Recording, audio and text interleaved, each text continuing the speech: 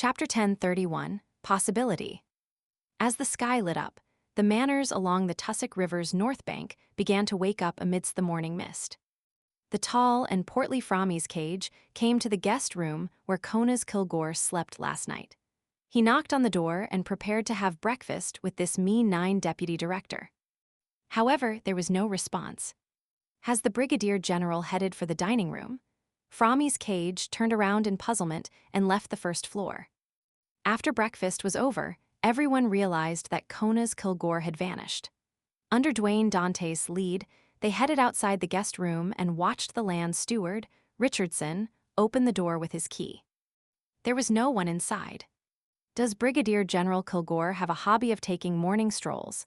Mact asked curiously as he pinched the two ends of his cheekbones. Frommy's cage shook his head without hesitation. "No." "Did you hear anything last night?" The chancellor of the Backland University of Technology, Portland Moment, surveyed the area and asked. Mact recalled for a moment. "No, it was very quiet, perfect for a vacation." Beside him, Hazel looked into the room curiously, but she couldn't think of any possibilities. At this moment, Frommy's cage raised his theory. Brigadier General Kilgore is an important member of the military, and he often needs to handle unexpected matters. Perhaps he had long left the manor and returned to Backland. This steam car tycoon was clearly trying his best to downplay the matter. He seems to know something, or at least he guessed that Conas Kilgore came to Mager Manor for some private, personal goal. Klein listened to their conversation as he said to butler Walter and land steward Richardson with a heavy look, "Ask the servants in the manor if they had seen Brigadier General Kilgore last night or this morning. If they haven't, send someone back to Backland and visit Brigadier General Kilgore's family. Inform them of this matter and let them decide whether we need to immediately make a police report."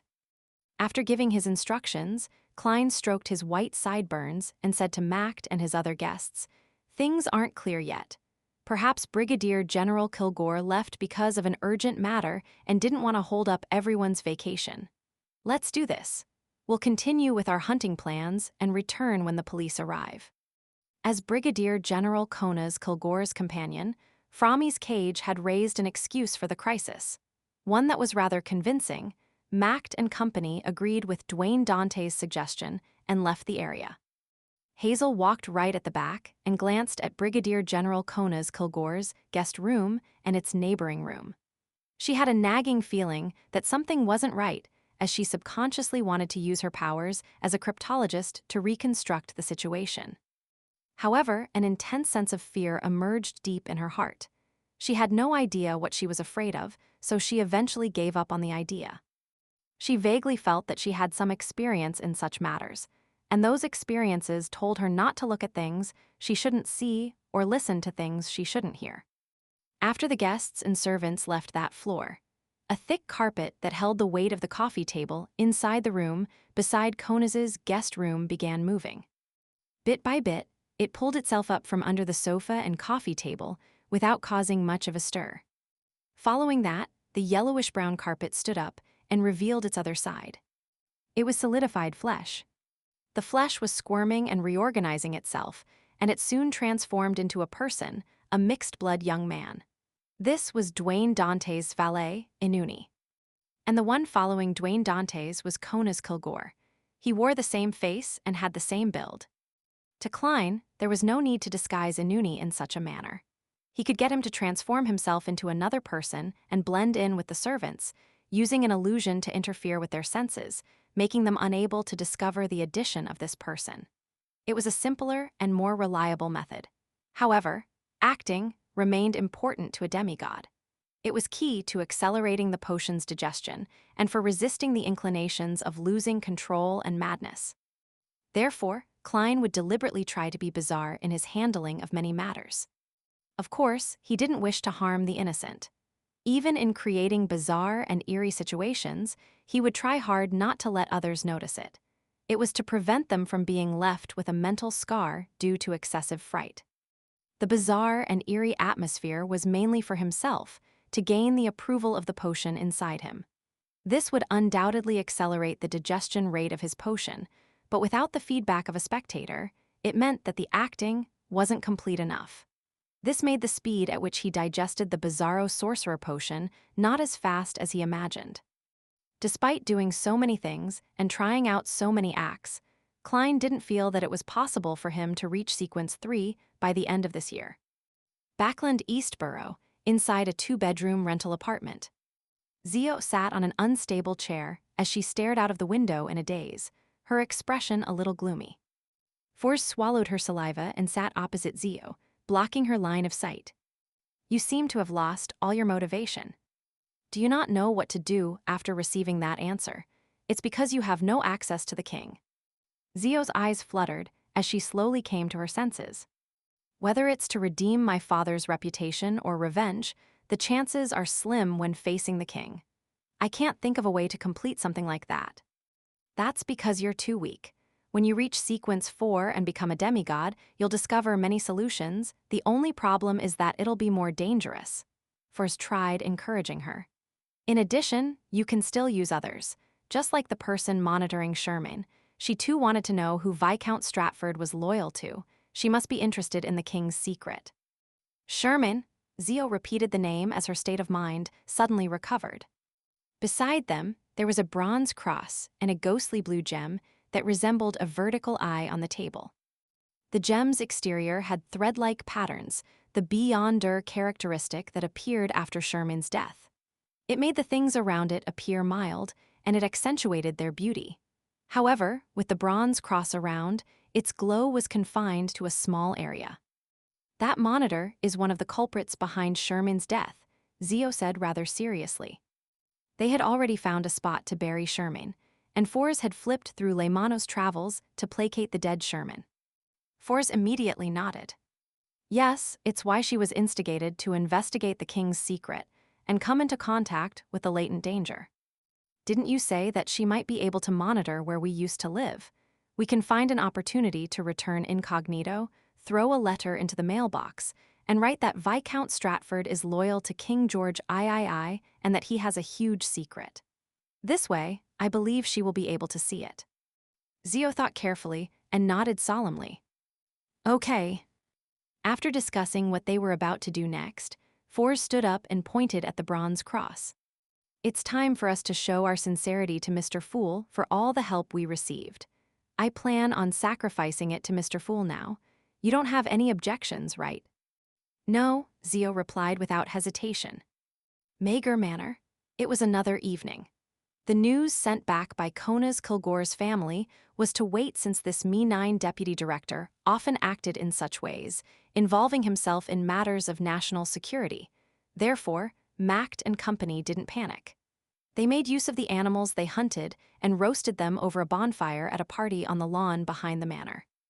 Seeing the gentlemen roll up their sleeves and busy themselves around the roasting rack, the ladies heading over to help from time to time, and the children running around eagerly, Klein held a cup of sweet white wine, a fine product of Mager Manor, and sat on a white wooden chair, a smile suffusing his lips. Beside him was his mixed-blood valet, Inuni, who stood upright while awaiting instructions. And inside a particular room in the manor's main building, a pair of eyes were silently looking down. It belonged to a person who looked identical to Inuni. The evening breeze blew past. Just as Klein was about to get up and showcase what it meant to roast meat from Daisy at the roasting rack, he suddenly saw a figure phase into existence in front of him. It was Ariana, who wore a simple robe and tree bark as a belt. This servant of concealment looked at Dwayne Dantes and said, there was nothing special in the underground ruins. She then recounted the main points of what she and the 3 archbishops saw, as well as the explanation given by Prince of Sonia, Grove Augustus. That doesn't make sense. The first thought that appeared in Klein's mind was suspicion. As Viscount Stratford had Saintess of White Caterina provide him with assistance, this clearly meant that the king's faction hadn't completely severed ties with the demoness sect. Under the premise that the Great Smog of Backland had already happened, their continued relationship with the demoness sect meant that it wasn't something that could be explained as hoping to keep the Blood Emperor's ruins for themselves. With such in-depth cooperation, Would the demoness sect and psychology alchemists not wish to split the spoils? In that case, why wouldn't they directly seek the help of the three churches? Klein instinctively believed that the problem with the ruins hadn't truly been discovered. He suspected that there had been a leak during the entire process, allowing the king to make preparations. With Ma'am Ariana around, the possibility of discovering something amiss via the methods of divination and prophecy can be eliminated. From my killing of Kona's Kilgore to the three churches' joint operation, the number of people who know of it doesn't exceed 10. Furthermore, they all involve the high-ranking members of each church. How is it possible that there was a leak? Viscount Stratford's problem resulted in the people in the ruins deploying contingency plans? No, his standing wasn't at that level. Even Kona's Kilgore didn't know the exact situation, much less him. He was only in charge of liaising with the demoness sect and handling matters at the periphery. He might not even know of the underground ruins. Klein's thoughts raced as he sought the reasons.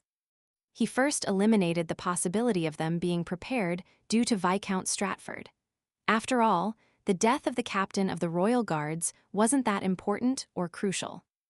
As such, there were very few possibilities that could explain the situation. 1. A person who knew of the secret amidst this sequence of events had deliberately or unintentionally leaked the matter due to particular reasons. 2. They had noticed something wrong with Kona's Kilgore's seemingly ordinary state, but Klein didn't notice anything. The psychology alchemists are in cahoots as well. Could my thoughts be read and the secret revealed? But I have the gray fog augmenting me. No matter what, there will be some abnormality. It's just like when I faced that spectator demigod with Anderson. The psychology alchemists originated from something Hermes left behind. Hermes is, as he thought about it, Klein's eyes suddenly widened. He instinctively stopped himself from thinking deeper about it as he shot a look at Ariana and relaxed. He asked, "Is this place concealed?" "Very," Ariana replied calmly. People behind her came and went, but no one noticed her. Klein exhaled as he formulated his thoughts. Emperor Roselle once said in his diary that the members of that ancient secret organization are all important figures. Then, could it be possible that one of the high-ranking members of the three churches is a member of the Twilight Hermit Order? And could it be that the ruins which Ariana and the archbishops saw wasn't the real one, but one imagined by Adam?